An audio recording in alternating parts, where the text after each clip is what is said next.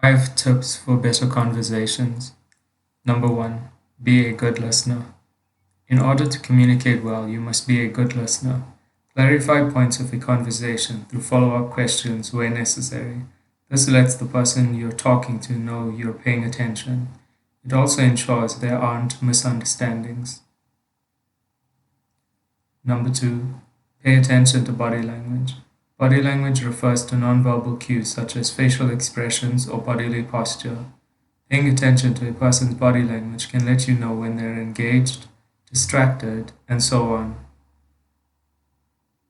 Number three, use humor when appropriate. Humor is a big part of social relationships. People love listening to stories, so you can tell stories about yourself that are self deprecating to reduce tension and lower barriers. Laughter triggers the release of endorphins, facilitating bonding between people. People that make us laugh trigger the release of endorphins, which explains why funny people have more friends.